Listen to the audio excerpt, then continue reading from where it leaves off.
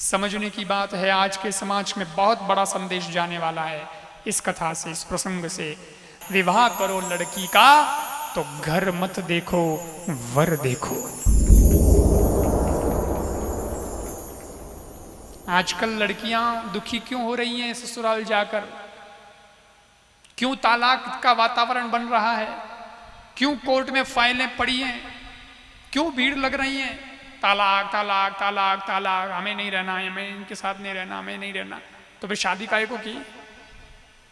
क्योंकि साहब गलती हो गई, वर को नहीं देखा था, घर को देखा था।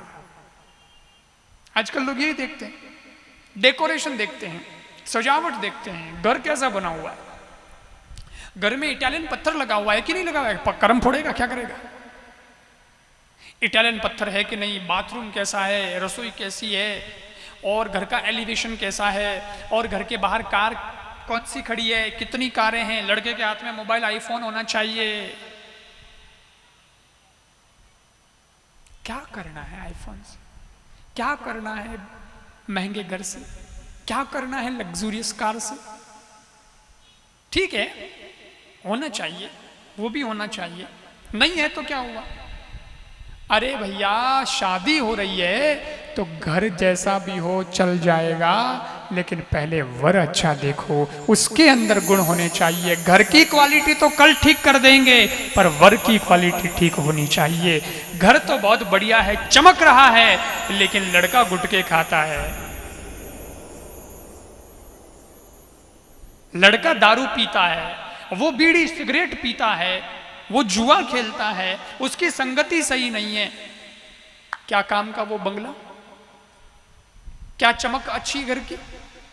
खुद के लड़के की तो जिंदगी की चमक है ही नहीं, वो तो अंधकार में जीवन जी रहा है। क्या वो सुखी कर पाएगा आपकी लड़की को? इसलिए घर नहीं, वर देखना चाहिए। आजकल बड़ी होड़ है साहब, पैसे वालों के वहां शादी करेंगे, बढ़िया पैसे कमाने वाले उनके वहां शादी करेंगे, सब ठीक है, गुण देखो,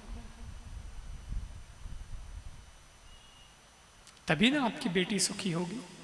और मेरा निवेदन है बहनों से भी कि चंद्रमा के इस विवाह प्रसंग में एक और सीख लीजिएगा, और वो यह कि शादी तो हुई, लेकिन मन मर्जी से नहीं, माता पिता से पूछ करके हुई। रोहिणी ने, चंद्रमा ने, दोनों ने एक दूसरे को पसंद तो कर लिया, लेकिन माता पिता को अंधेरे में नहीं रखा, उन्होंने अपने माता पिता से बात करी, ऐसी ऐसी बात है, आप अगर आज्ञा दें तो हम विवाह करें, और यही होना चाहिए। लव मैरिज की बात बहुत चलती है, लव मैरिज का कोई विरोध नहीं है, कौन विरोध कर रहा है? कोई विरोध नहीं, अच्छी बात है, लेकिन माता पिता की अनुमति के बिना ऐसा नहीं होना चाहिए।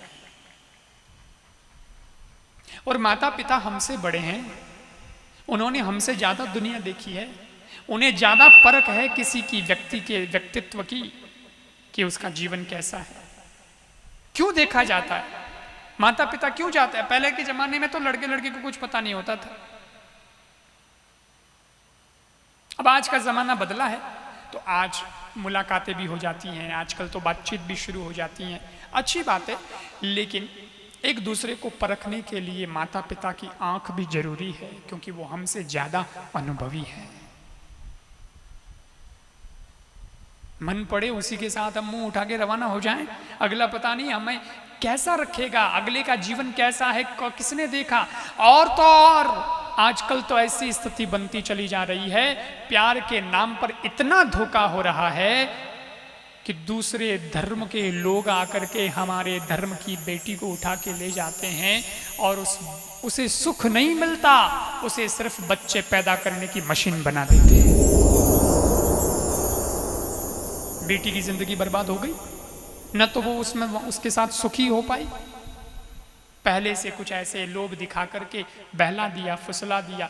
इसलिए निवेदन करता हूं कि अपने विवेक से निर्णय लीजिएगा। स्वधर्मे निधनम श्रेयो परधर्मो भयावह, श्री कृष्ण गीता में कहते हैं, तो गलत नहीं कहते। अपने धर्म, अपनी मर्यादा, अपनी इज्जत अपने पास होनी चाहिए। गुण देखिएगा, घर नहीं वर देखिएगा। जीवन बिताना है ना, कोई एक दो दिन की बात थोड़ी है। ये कोई ऐसा तो है नहीं कि साहब 2 दिन धंधे के काम से अहमदाबाद जाके आ रहा हूं, जैसी होटल मिलेगी वैसी चला लेंगे। 2 दिन का ही तो काम है। ये तो जिंदगी भर का काम है भाई, जिंदगी निभानी है, उसके लिए तो बहुत कुछ देखना पड़ेगा।